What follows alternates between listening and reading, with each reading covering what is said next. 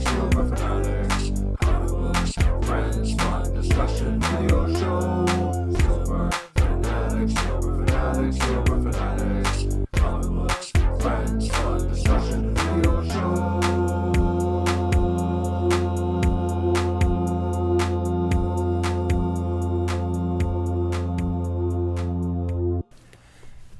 Hello, welcome to SUPERFANATICS. Episode 3. Right? Yeah. I'm Nicholas, I'm Bender. and today we're going to talk about diversity in comic books. It's a big subject. Very big. Big subject. We had a big discussion about this last night. It's a hot button issue, Yeah. as some might say. Yeah.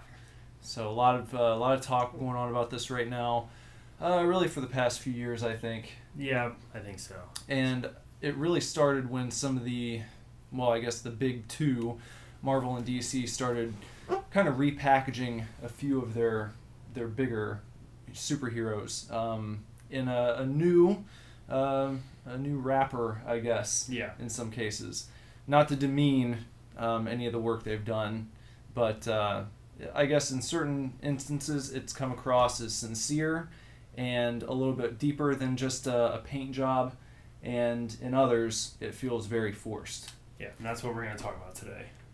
So I wanted to start, and the reason I brought this up to you yesterday is because I was scrolling through Facebook, as I do, and I came across two articles that were like 3 posts apart from each other.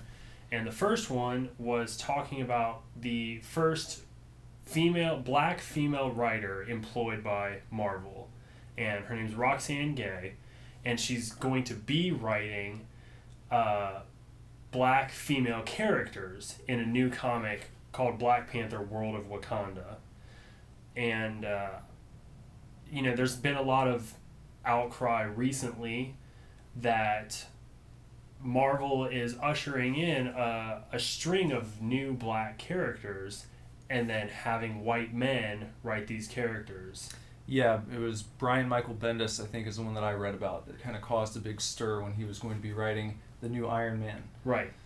Who is a 17-year-old black girl named Riri Williams.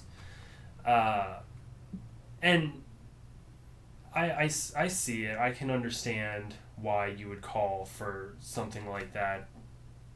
But it raises the question to me, like, well, how many black female writers are there, in comics? But I think we'll get back to that. So, not only is Roxane Gay the first black female writer for Marvel, not only is she writing 2 female black characters, these 2 characters are also in a relationship with each other. Romantically involved characters. And they are also part of the Wakandan, basically the Royal Security Force. Yeah. So they're badasses. Working right there with the Black Panther. Yeah, right up next to Black Panther. So I applauded this article and this choice and this move in this direction. However, when I scrolled down a couple articles, the next one was about a new Hulk in the Marvel Universe. Now, the reason this is needed is because, spoiler, if you haven't read Civil War II, Bruce Banner is dead in the Marvel Universe. Shot right in the eye. By Hawkeye. So It was a special arrow, yeah. by the way. It wasn't just like he got it. His aim was so good that he killed the Hulk with one arrow. Right. It was given to him by Bruce Banner. So, Bruce Banner's dead, which leaves an apparent void for a Hulk character. Well, taking up the mantle is none other than Bruce Banner's cousin, Jennifer Walters, who has always been She-Hulk. For this book, they're just dropping the she, and now she's Hulk. Mm-hmm.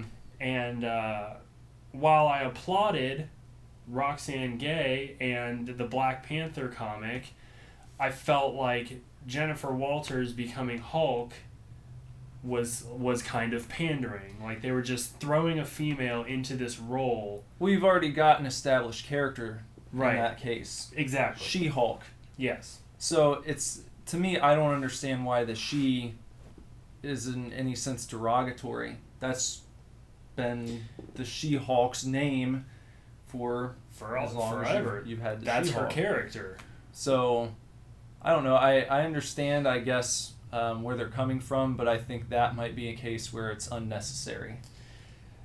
What I read in the article that I suppose, can speak to the defense of the decision is that the She-Hulk comic has always been sort of lighthearted and fair. I mean, she's a lawyer, much like Matt Murdock, but she has come to terms with being the Hulk, or a Hulk.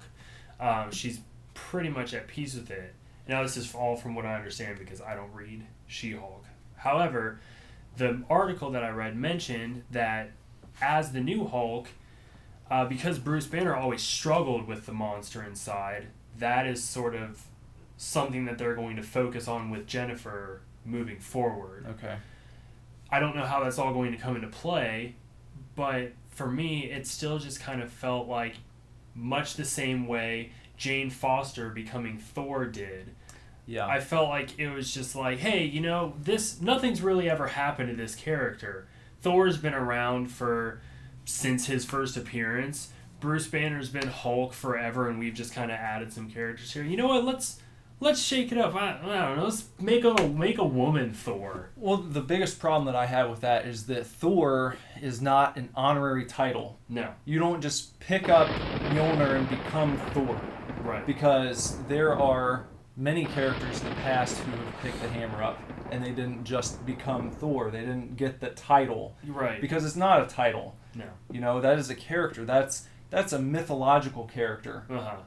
It's a mythological god from a real pantheon from Norse mythology, So I feel like you're not only do you devalue the name Thor when you sort of just give it to someone else, but I think it's also a little condescending to just hand over titles to minority characters. Yeah.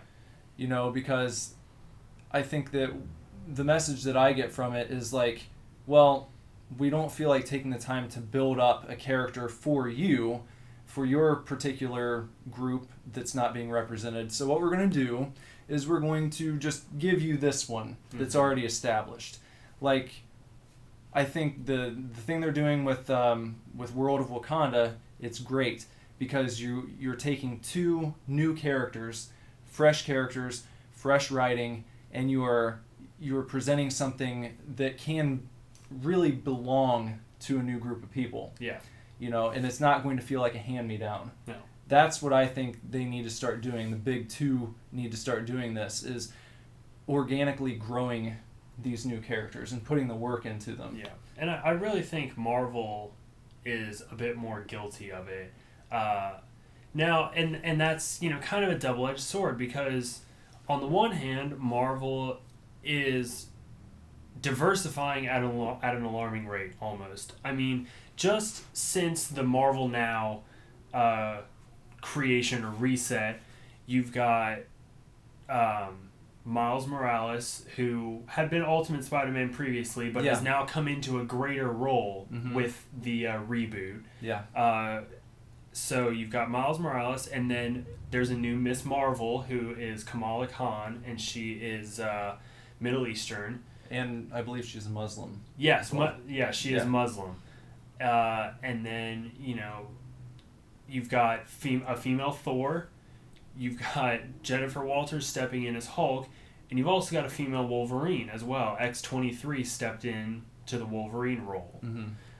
Now, again, I don't read the all-new Wolverine, but I have heard a lot of critics saying that she needs to stay Wolverine. They're calling for X-23 to remain in the Wolverine role and keep Logan dead. Well, in that case, when it's a character taking over for another one, I don't know if the story calls for it, fine. Like Miss Marvel really called for it. But I think it would be it would be a shame if they just brought Logan back right away. Right. That's a different problem in comics, people not staying dead. Yeah. I mean, who knows how long it'll be before Bruce Banner is somehow resurrected and She-Hulk goes back to being She-Hulk. It'll happen at some point, I mean, wager, but... especially in the case of Thor and Jane Foster, Thor's not dead or anything. He's No. just unworthy. Yeah. And there's even a comic, The Unworthy Thor, about him trying to figure out how to And he's wield still Mjolnir Thor. again. Yeah, he's still Thor. So that's why the title doesn't make sense to me. Yeah, It's not just... they could have made Sif worthy to wield Mjolnir, Mhm. given her own comic.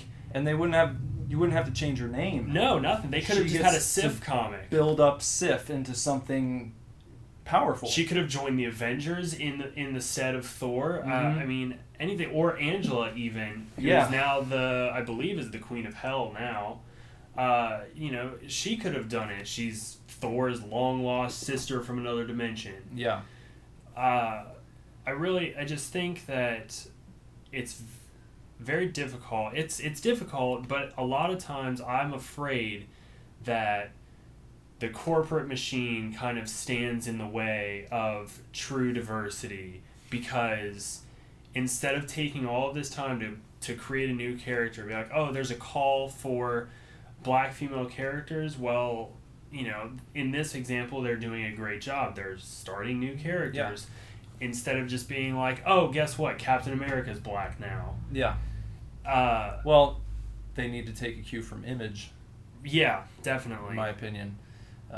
Because, I mean, right off the bat, Spawn, Has just always been black. always a black guy. Always been a black But guy. to me, maybe because I'm not a black man, but it's never, in a good way, it's never been a big deal to me. It's never been a big focus of the book. No. It's like, that's just who he is. Right. And I think that's how it should be, is when you're reading these things, we should have diverse characters. We should have people represented in comics, because it's good to read and feel like you've got a character there who you can identify with.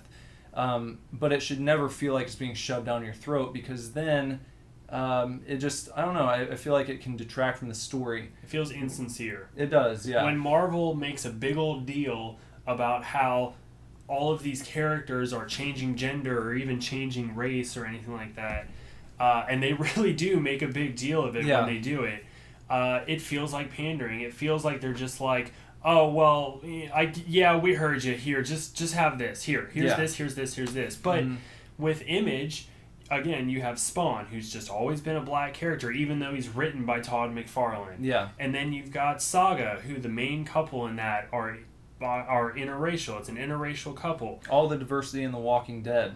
All the diversity in The Walking Dead, all of those characters. The main character in Wicked and Divine is a mixed kid. Her parents are in a interracial relationship. There's one of the main character in Nailbiter, a comic I read, is a black FBI agent. He just is. Mm-hmm. That's how it should be. That's just how it works. Because that's the world. That's what you're hoping for. Yeah. You're hoping that you can read this comic and it's going to draw you in, and you're going to feel like you're somewhere real. Even if it is a fantastical world, you'll run into characters and you'll get to know them because of who they are in the book, not just because they needed to throw in an Asian guy. Yeah. Or we needed a trans woman in this spot. It's just... There's a trans character in Saga, and you don't think twice about the fact that they're trans. They just are. That's just what the character is. Yeah. Marvel needs to take a cue. Yeah.